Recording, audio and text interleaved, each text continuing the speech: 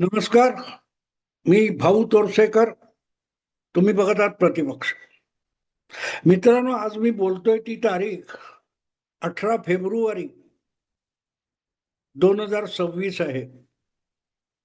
म्हणजे अजितदादांचा अपघात झाला त्याला जवळपास 20-21 दिवस पूर्ण झालेले आहेत. आणि मी बोलतोय त्याचं कारण असं आहे की अजितदादांचे पुतणे रोहित पवार यांनी जवळजवळ तासभर पॉवर पॉइंट प्रोग्राम असं काहीतरी म्हणतात तसं मोठमोठ्या स्क्रीनवर मीडिया समोर वायफळ गप्पा मारल्या. गेले काही दिवस रोहित पवार काहीतरी मोठा गौप्यस्फोट करणार आहेत याविषयी डंका पिटल्यानंतर हत्ती पादेरे फुस इतकं फुसकट काहीतरी त्यांनी सांगितलं की मला असं वाटतं, असं आमचं मत आहे, आम्हाला तिथे तसं वाटलं, त्या ठिकाणी, या ठिकाणी, अमुक ठिकाणी वगैरे वगैरे. ज्याला शेंडा बुडखा नाही अशा गोष्टी ज्या प्रकारे एक माणूस सांगतो, तेव्हा मला असं पहिल्यांदा वाटलं की शरद पवारांनी आता राजकारण नाही, सार्वजनिक जीवनातूनच निवृत्त व्हावं.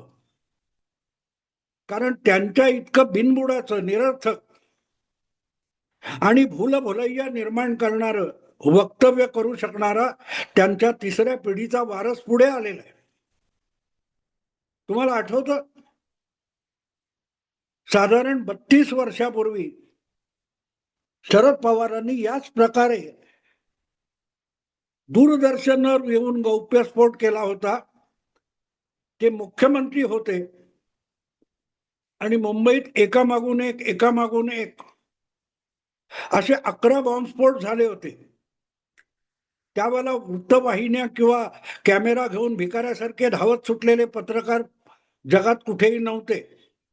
अशा वेळेला शरद पवारांनी संध्याकाळी दूरदर्शनवर येऊन मुंबईकरांना आणि महाराष्ट्राच्या जनतेला शांतता राखण्याचं आवाहन करताना सराईतपणे ज्या थापा मारल्या होत्या त्याच्या अनेक पटीने थापा मारण्याचा पराक्रम रोहित पवारांनी केलाय.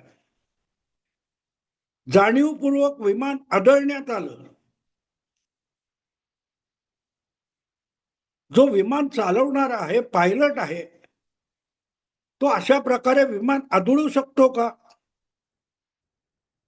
रोहित पवारांना जसं वाटतं तसं लोक आणि जग त्यांच्या इतकं धादांत मूर्ख नाहीत. आपली चोरी पकडली जाईल हे माहिती असताना पण चोरी मारी करणं हा ज्या माणसाचा स्वभाव आहे आणि ज्याच्यावर मुंबई हायकोर्टाने शिक्कामोर्तब केलेला आहे, अशा माणसाचं नाव रोहित पवार आहे. महाराष्ट्र क्रिकेट असोसिएशनच्या निवडणुकीमध्ये जो काय सराईतपणे घोटाळा करण्याचा प्रयत्न रोहित पवारांनी केला, निवडणुकीत घोटाळा करायचा तर त्यासाठी बोगस मतदार नोंदवायचे, बोगस सदस्य संख्या नोंदवायची, वाढवायची आणि परत त्यावर आक्षेप घ्यायला सुद्धा वेळ ठेवायचा नाही. हा जो काय उद्योग रोहित पवारांनी केला, जग त्यांना असं वाटतं की तसंच चालतं. पण रोहित पवार हा चोरी करणारा एक मूर्ख माणूस आहे, ज्याला त्याच्या कंपनीवर ईडीने धाड घातल्यानंतर आवश्यक ती कागदपत्र आणि पुरावे देता येत नाहीत, त्याविषयी सफाई देता येत नाही आणि एका क्रिकेट संघटनेच्या निवडणुकीमध्ये घोळ केल्यानंतर हायकोर्टाकडून सणसणीत चपराक खावी लागते. तो माणूस जेव्हा डीजीसीए म्हणजे भारतातल्या विमान वाहतूक नियंत्रण संस्थेवर, संघटनेवर आणि त्यांच्या कामकाजावर शंका घेतो, तेव्हा खुद्द शरद पवारच त्याला बोलवून थोबाडून काढतील याविषयी माझ्या मनात शंका नाही. म्हणजे वाटतं, अरे वाटतं तुम्हाला काही वाटेल, ते विमान मुळातच चंद्रावर नेऊन अजितदादांना सुखरूप ठेवता आलं असतं असं सुद्धा रोहित पवारांना वाटू शकतं. आणि हा सगळा खुळेपणा, गौप्यस्फोट म्हणून ऐकणारी पोरं शेंबडी पत्रकार म्हणून मिरवतात, तेव्हा आपण कधी काळी पत्रकार होतो याचीही मला लाज वाटायला लागते. काय काय बोलतोय माणूस, म्हणजे मी ते ऐकत बसलो होतो मुद्दाम. माणूस कुठच्या थराला जाऊन मूर्खपणा करू शकतो. राहुल गांधींच्या पलीकडचा हा आत्मविश्वास रोहित पवारांमध्ये आलेला आहे. आम्हाला वाटलं त्या ठिकाणी आमचं तसं मत आहे. अरे तुमचं मत ही वस्तुस्थिती नसते. आणि कायद्याच्या कक्षेमध्ये, चौकशीमध्ये, तपासामध्ये, न्यायदानामध्ये वस्तुस्थितीला महत्व असतं आणि कायद्याच्या चाकोरीमध्ये, कायद्याच्या कसोटीवर सिद्ध होऊ शकेल असा पुरावा आवश्यक असतो. नाहीतर शंका 100 असतात. 100 काय लाख एक शंका असू शकतात. तुम्हाला त्या ठिकाणी तसं वाटलं की मी हत्ती आहे म्हणून रोहित पवार हत्ती होत नाही. माकड आहे तो माकडच राहतो. तेव्हा रोहित पवारांना कधी कधी मध्येच असं वाटतं की आपण माणूस आहोत आणि आपण बुद्धिमान आहोत, आणि म्हणून ते असे गौप्यस्फोट करतात. म्हणून माकडाचा बुद्धिमान माणूस होत नाही, हे पहिलं रोहित पवारांनी लक्षात घ्यावं.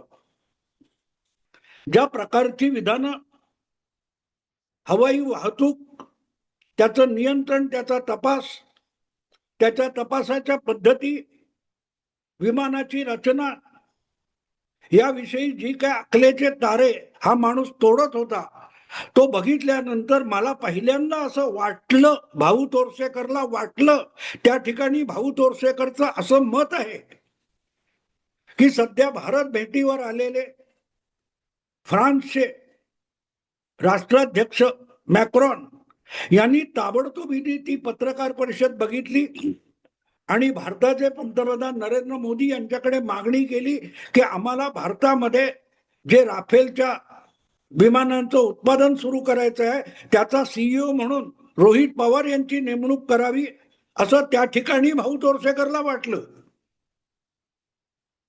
याचा अर्थ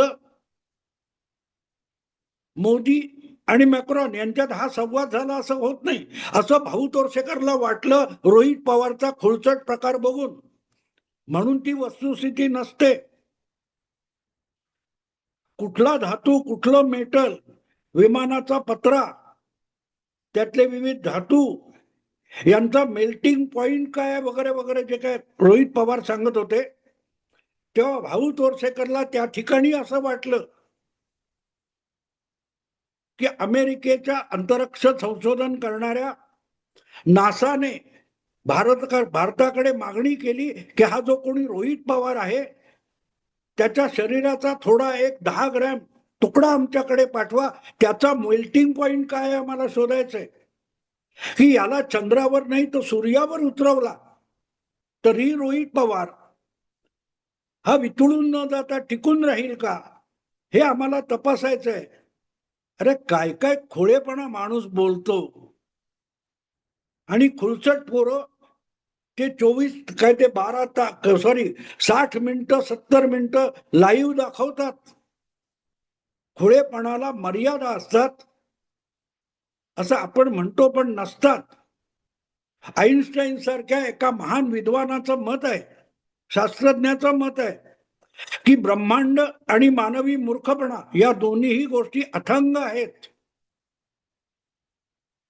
पण एक वेळ ब्रह्मांडाला मर्यादा असेल,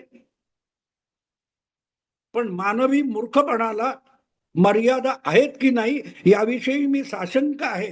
हे बहुधा रोहित पवार नावाचा कोणी इसम जन्माला येणार हे गृहीत धरून आईन्स्टाईनने केलेलं वक्तव्य असावं. मी ते ऐकत होतो शेवटी कंटाळायला लागला.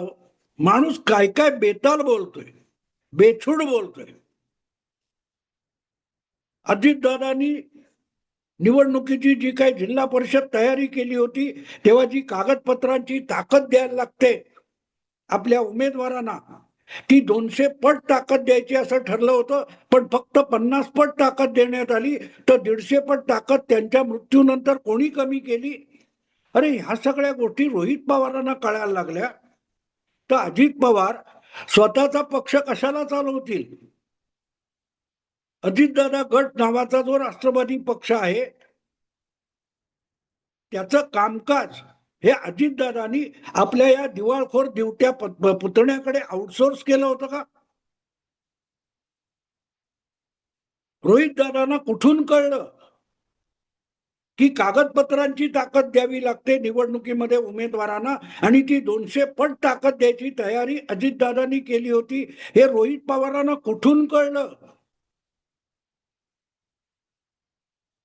आपण बोलतोय त्या बोलण्याला काहीतरी आधार असला पाहिजे याचं सुद्धा भान नसलेली बेताल बडबड जेव्हा माणूस करतो तेव्हा खरंच कपाळावर हात मारून घ्यावा की भिंतीवर डोकं आपटावं असं वाटतं. आणि म्हणून माझ्या मनात शंका आली की ही सगळी पत्रकार परिषद जर शरद पवारांनी बघितली असेल तर त्यांनी मनोमन ठरवलं असेल की आता आपण निर्धास्तपणे राजकारणातून आणि सार्वजनिक जीवनातून निवृत्त व्हायला हरकत नाही. कारण आपल्या पलीकडे जाऊन राजरोसपणे थापा मारणारा कोणतरी इसम आपल्या परिवारामध्ये जन्माला आलेला आहे आणि तो आपला वारसा नक्कीच पुढे घेऊन जाईल. कुठच्याही गोष्टीला काही मर्यादा असतात हो रोहित पवार. जे जे काय तुम्ही दाखवत होता त्या स्क्रीनवर पॉवर पॉइंट प्रोग्राम म्हणून जर तुम्ही काही तयार केलेलं सादर केलं असेल तर त्याचा अर्थ पुरावा होत नाही. आणि एवढीच खाज आहे तपासाची चौकशीची तर पहिलं स्वतःच एक काम करा की महाराष्ट्र क्रिकेट असोसिएशन मध्ये मूळच्या सदस्य संख्येला तिप्पट चौपट आपण कशी वाढवली याचा तपास एखाद्या परदेशी गुप्तचर संस्थेकडून खासगी संस्थेकडून करून घ्या आणि तो हायकोर्टासमोर सादर करा की बघा हा चमत्कार असा असा घडलेला आहे. ज्याच्यावर शेकड्यांनी धांदलीचा घोटाळ्यांचा आरोप आहे. ॲग्रो काही ती बारामती ॲग्रो कंपनीवर ईडीच्या धाडी पडल्या त्याच्यामध्ये ज्या संशयास्पद कागदपत्र आणि पुरावे सापडलेत त्याच्याविषयी तोंडाला कुलूप लावून बसलेला माणूस नको नको त्या गोष्टीमध्ये जेव्हा गौप्यस्फोट करायला जातो तेव्हा खाली वाकून आपल्या कमरेला चड्डी अब्रू झाकायला आहे का हे तरी बघा. पण आत्या आपल्या पाठीशी उभी आहे आणि आपण भाचे आणि पुतणे आहोत त्यामुळे आपण ज्या काय थापा मारू त्यावर जगाचा विश्वास बसला नाही तरी सुप्रियाताईंचा विश्वास बसेल कारण आपण त्यांचे भाचे आहोत पुतणे आहोत या विषयीचा आत्मविश्वास हा रोहित पवारांना अशा कडेलोटापर्यंत घेऊन जातो. विमानामध्ये इंधन आवश्यक असेल तर त्यासाठी कॅन भरून इंधन घेऊन जातात. हा नवा शोध मी ऐकला. मला माहित नाही खरं आहे की खोटं आहे. पण मी जेव्हा जेव्हा विमान प्रवास केलाय आणि बोर्डिंग झालेलं असतं अशा वेळेला केबिन क्रू आणि पायलट त्या स्पीकरवरून सूचना देतात की बाबानो मोबाईल फोन वगैरे वापरू नका इलेक्ट्रॉनिक डिव्हाइस वापरू नका विमानामध्ये इंधन भरण्याची प्रक्रिया चालू आहे. कारण इलेक्ट्रॉनिक डिव्हाइस त्याच्यामधून चुकून एखादी ठिणगी त्याच्या बॅटरीतून निघाली तर अख्खं विमान पेटण्याची भीती असते. म्हणून विमानात बसलेल्या प्रवाशांनी इंधन भरलं जात असताना इलेक्ट्रॉनिक डिव्हाइसचा उपयोग सुद्धा करू नये एवढी काळजी विमानाच्या इंधनाबाबतीत घेतली जात असेल तर विमानाच्या पुढच्या मागच्या किंवा सीट खाली वगैरे इंधनाचे कॅन भरून ठेवलेत असावेत असं माझं वाटतं. त्या ठिकाणी माझं मत आहे. कुठल्या कुठल्या ठिकाणी यांच्या मेंदूला भोकं पडलेली आहेत याचा आता तपास केला पाहिजे. ते DGCA याच्या जागी कदाचित यांचीच नेमणूक करावी. जी गोष्ट आपल्याला कळत नाही त्याविषयी बोलू नये यात शहाणपणा असतो. पण पवार परिवारामध्ये शरद पवारांच्या नंतरच्या काळात बहुधा सगळ्यांनी हा वसा घेतला की आपल्याला ज्यातली अजिबात अक्कल नाही तिथेच आपली अक्कल लावून पाजळायची, आणि अशी अक्कल पाजळली की त्याला गुगली वगैरे म्हणायचं असतं, भाकरी फिरवली म्हणायचं असतं. याचं ट्रेनिंग आधीपासूनच पत्रकारांना देऊन ठेवलेलं आहे. तेव्हा रोहित पवार यांनी नसलेल्या चुलीवरच्या नसलेल्या तव्यावर नसलेली भाकरी फिरवली, असे कौतुकाचे शब्द आता पुढल्या 2 दिवस ऐकायला मिळाले तर मला अजिबात नवल वाटणार नाही. पण एक गोष्ट निश्चित आहे की मलेशियाचं एक विमान जे गायब झालं होतं, 1.5-2 वर्ष कुठे गेलं त्याचा पत्ता नव्हता, ते एका ठिकाणाहून दुसऱ्या ठिकाणी जाताना खोल समुद्रावरून जात होतं आणि गायब झालं. ते अलीकडेच शोधून काढलं असं म्हणतात, पण मला त्या ठिकाणी असं कळलेलं आहे, म्हणजे त्या ठिकाणी माझं असं मत आहे भाऊ तोरसेकरचं, की बहुधा रोहित पवार यांनीच त्याचा शोध लावला असावा, की ते अमुक ठिकाणी समुद्राच्या तळाशी जाऊन गाळात फसलेलं आहे आणि गाळात फसलेल्यांना क्लीन चिट देण्याचं काम फक्त पवार परिवाराकडून होतं, आणि म्हणून रोहित पवारांनी ते गाळात फसलेलं मलेशियाचं विमान शोधून काढलं असावं. आता समुद्राच्या तळाशी असताना त्या मलेशियाच्या विमानात ठेवलेल्या इंधनाच्या कॅन मधल्या इंधनाने पेट का घेतला नाही आणि त्याचा स्फोट का झाला नाही, याचाही शोध कदाचित जगातल्या सगळे विमान प्रवास विमान वाहतूक एक्सपर्ट हे रोहित पवारांकडे सोपवतील. कोणी सांगावं, उद्या कल्पना चावलाचा भारतीय सॉरी पृथ्वीच्या वायुमंडलामध्ये प्रवेश करताना भयंकर अपघात का झाला, याविषयी सुद्धा रोहित पवार यांचं अभ्यासू मत नासाकडून मागवलं जाण्याची शक्यता आहे. आता सध्या एक काहीतरी येतं की कुठला तरी उपग्रह अंतरिक्षामध्ये त्याचे तुकडे तुकडे झालेत आणि त्यामुळे जगातल्या अनेक उपग्रहांना, विविध देशांच्या उपग्रहांना अपघाताचा आणि स्फोटाचा धोका आहे असं म्हटलं जातं. कदाचित रशियाचे, अमेरिकेचे, युरोपचे अनेक अंतराळ संशोधन संस्था रोहित पवारांना त्याविषयी त्यांचं विशेष एक्सपर्ट मत द्यायला बोलवतील, असं त्या ठिकाणी मला वाटतं. या ठिकाणी त्या ठिकाणी आमचं मत, अरे काय माणूस, अजून कुले धुवायची अक्कल आली आहे की नाही रोहित पवारांना ना, असं ते सगळं पॉवर पॉइंट प्रोग्राम बघून मला वाटलं. त्या ठिकाणी मला वाटलं.